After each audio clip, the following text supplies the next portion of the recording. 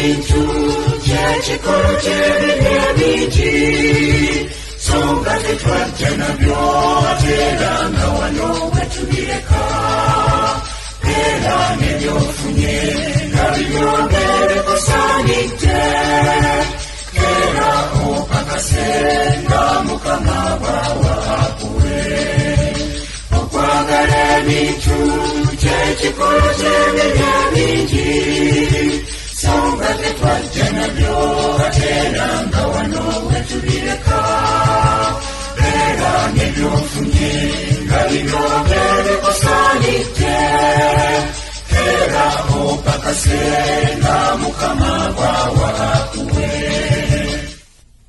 Naye okutya Katonda awamu n'obutayaayaana ge magoba amangi, kubanga tetwaleeta kintu mu nsi ate era tetuyinza kujja mu kintu. Mweddeko nno bannange, muyinza olaba muludde mu gavumenti emyaka 3 naye era egenda kyuka. It will change, you like you don't. Fenga wetuli tubalabeko nga mudduka n'embaliga mwava mu kyalo mwenna mutambuza mbaliga mwakalaba mpenkoni naye mumanyidde abantu nga mwalina kuyoola busa, mwalina kubeera mu byalo nga muyoola busa. Mukama Katonda n'ababikako akagoye, Museveni n'afuuka president. Naye maama okuva Museveni yafuuka president tumanyiddwa abaana b'emmanga awo mumanyira mbwa mmwe naye nga namwe mwali bubi nga muyoola busa. Gasiya kyova nga muba mu mpenkoni nga tezibanyumira ina nava mu mpenkoni nga alinga gwe bajjeemu ebyenda n'ogaa kati onani yamuwa mpenkoni temunyumira mu mpenkoni zaabagaana wadde muzeesibyeko. Muyisa bubi abantu mu buposition bwe mulimu obw'ekisiru bugenda kukyuka ffe tukimanyi. Mwako kofisi mwolina olugezigezi ogenda vaamu. Nze mbulabe yo nga kepanka balina kye bakagamba ne kayisawo akabuto nga kakazimbye n'obunnyo bwonna buli kongolo kekwasizza obutabalo nobulabe n'embwa bwandibadde eri nga buli mu kulunda nte buli ku nsozi buli eyo amagumba gabukozze. Museveni n'agenda akayamba ne bujja wano ne bakafuula ne bakawa akafo nga nosoma tekakasomerera bamuwadde nno kawe n'olyoka olaba wambwa wakakanjaza obunnyo obwavaayo kungulu olutwe olwasonga n'olabye n'embwa. Museveni abayambye nnyo. Abamu kummwe mwandibadde bubi nnyo ate olaba muyina ssente n'osigala nga nena enva zaagwamu ebinnyo byavaayo wajja okutambula yonna n'awalula embaliga luga lwankuba omukisa gwa Museveni gwabayamba mmwe basiru mmwe mwandibaddeyo mu nsiko n'ayambala obukooti era tebumunyumira neyeyogeza nogaa gwe embwa nze toyogera nange komaaniina si gwe Museveni sajja kumanyirwa ate buli mbwa. Olwokubanga mpagira Museveni sijja mmanyirwa buli mbwa eva mu Western Uganda. Musinikire muli amannyo nze nkubuulira alaali sigwa munyankole gw'ensooso laba. Toddanga muno mmanyira n'ebyo ebinnyo n'akabuto akakuvayo n'embaliga mulaalo gwe tumbaavu gw'omanyire nze ondaba nyinza okukeera ne ngenda mbeera effort potonze nze isima. Musiriwalemu ku bintu ebimu ne oba oyina ssente tommanyira. Nze siyinza va wano ngende embeera entungamo. I can't nkole kyentungamo. Olwokuba Museveni yajja ne businika amanyo olwotoka genda omanyire nnyoko. Sijjanko wano kumanyirwa bulimbwa kumaaniina mbusimanyi munyankole oli musiru ndi munyankole. Kati mukubira ebitongole anti mwe muli mu bapoliisi mwe muli mu magye mukubira CID batusibe basibe mmwe akakajanja twakavaako dda tetukyamanyirwa bya butulayibu kumaaniina. Akawongeza kalungi nga bwe mbage nti ngenda kubeera ne breaking news y'ensonga lwaki nsobodde okukomawo tubeeko emboozi zetunyumyamu. Nga bwe mbage nti ekkanisa yaffe y'abaseveniside evuguddemu nabe n'abagiguddemu yabakulembeze b'ekkanisa eyo okuba nti beefudde nampulira zibi nga baganya ogendera ku biragiro eby'abantu bebakulembera. Ekisooka nti kati bavudde ku mulamwa gw'ekkanisa bagenze ku mulamwa gw'ebyobufuzi, ekintu eddiini kyetakkiriziganya nakyo. Era we twogerera ekkanisa yeyawuddemu ebitundu bibiri. Ebitundu biri bisatu. Ekitundu ekimu kisirifu, ekitundu ekimu kigezaako kubuuza ebibuuzo, ekitundu ekirala kyo kiri mu maziga kirabanga ekkanisa esaanawo olw'abakulembeze abeeyagaliza ebyabwe. Kino kyavudde ku ki? Kyavudde ku bakulembeze abakulembera ekkanisa naddala mu kitundu ekya Buganda wakati kye tuyita Central Conference Region.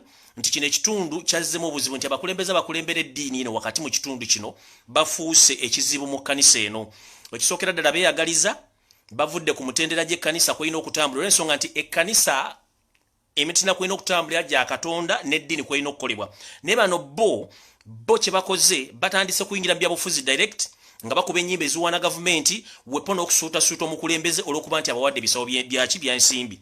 Mu bakulembeze bano olwedde President Museveni ng'akozesa abamu ku bammembazi be balina mu kibiina kye kya NRM yakwata omukyala Namayanja oyo wa mukyala ali wa DP ow'e Nakaseke n'atandika omukolera omulimu gw'okusekeetera abakulembeze b'eddiini eno ddala mu kitundu ekya Buganda okuba nti abatwalira abantu abasobole omukolera ennyimba n'okumusikiriza endiga z'abaseveniside okumugoberera. Omukyala Namayanja ono yali mukyala wa DP. Omukyala Namayanja ono ng'akolagana n'abantu abasinga obungi mu ddiini eno baatwala abakulembeze bano okubasembeza President Museveni n'abatuma ebikolo bagenda bye bakola. Kye baakoze kwe kuddira eddiini ogijja mu kubeera eddiini efuuka ebyobufuzi. Bayibuli etugamba nti ebya Kaisali bya Kaisali n'ebya Katonda bibya Katonda.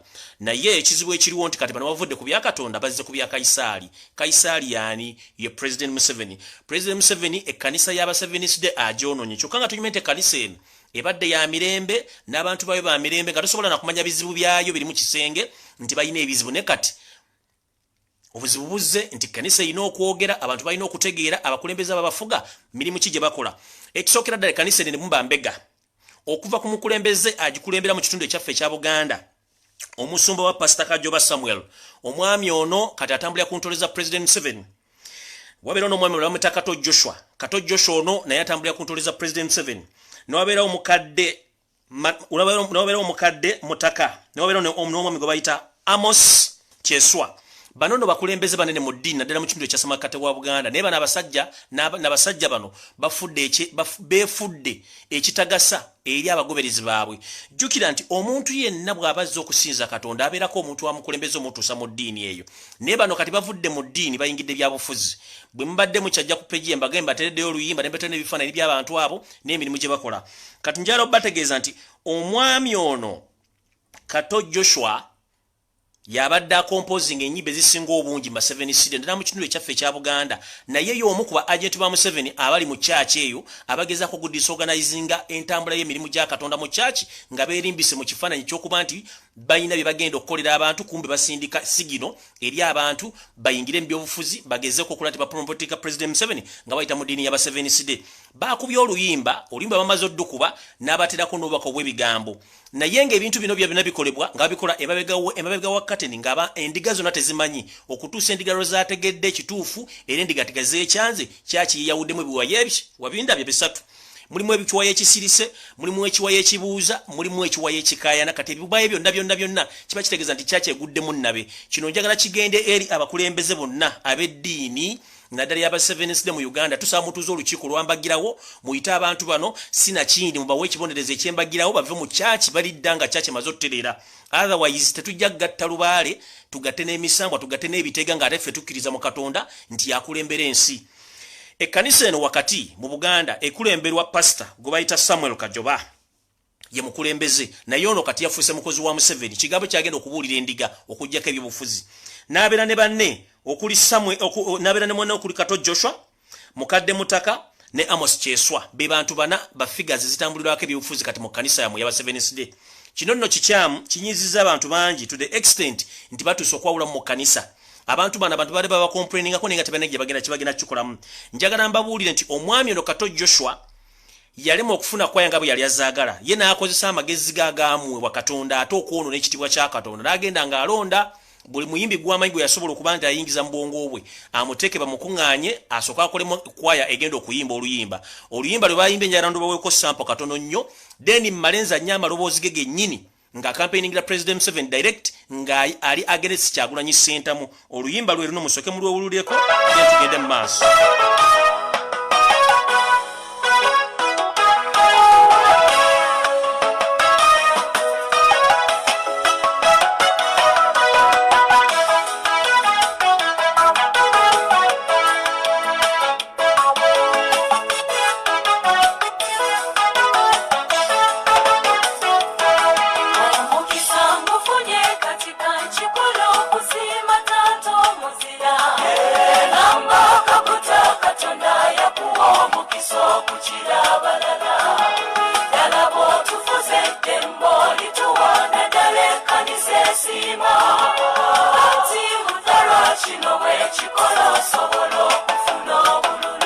Chumi chiri, wachiri, mukama yato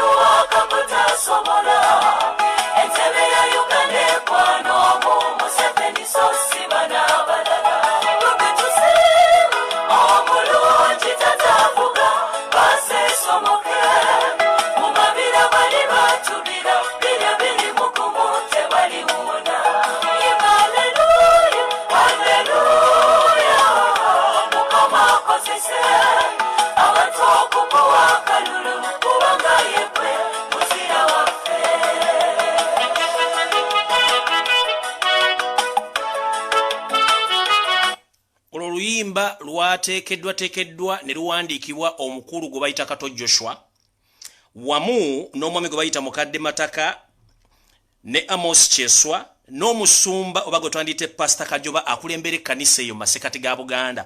Kati mu bigambo bya Kato Joshua ayogera bw'ati. Ekkanisa ya SDA tugamba nti tekukulembeze kutaveeri Katonda. Eyaleeta Museveni ajja kumutwala. Ekyo nakyo tukikkiriza. Amina.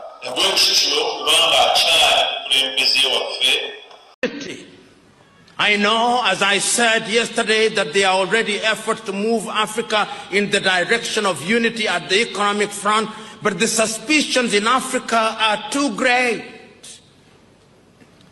The African politician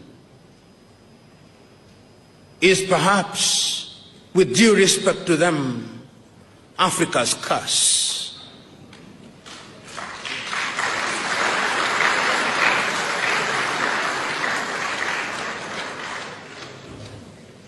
The day the African politician realizes that the occupation of political office and political space is one of servant leadership, that is the day Africa will begin to move in the right direction.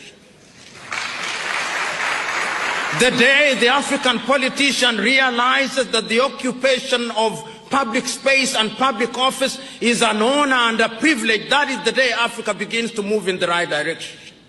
The day the African politician recognizes that the occupation of office is not one for the privatization of public wealth, that is the day Africa will begin to move in the right direction. The day the African politician recognizes that they do not have the monopoly of wisdom, that is the day that Africa will begin to move in the right direction. The day the African politician realizes that longevity in office is not the solution to African problems, that is the day Africa begins to realize their potential. The day that the African politician begins to remember that the electoral vote is a charge for them to deliver on health, on agriculture and education, that is the day Africa will begin to know her place in the world. The day the African politician is liberated from the chains of greed, that is the day that Africa will realize her potential. And I say all that because it is not lost on me that one of the reasons why Africa cannot unite is because we have become so used as politicians in Africa to our little countries where we are treated like demigods. And because we too, we who are the led, we have treated our leaders as demigods for too long, and they now are conditioned to believe that they are gods. You know, respecting leaders is a good thing, because that is what is right. Once you have given people the privilege to serve you, you give them respect. But respect must be earned. Many times in my own country, in Kenya, I see the individuals, some of the individuals that we elect into public office, some are fine, but some are not. In fact, most are not. And in my rural village, they elect some semi-illiterate individual who everybody knows is semi-illiterate, and everybody knows he is not wise. But the day after his election, when he attends a forum such as this, those who invite him to speak will say, let so-and-so whom we elected yesterday share his wisdom with us. And I want to assure you that there is no magic in the ballot box. If you are a dunderhead, the mere fact that you have been elected does not convert you into anything. You just remain an elected dunderhead.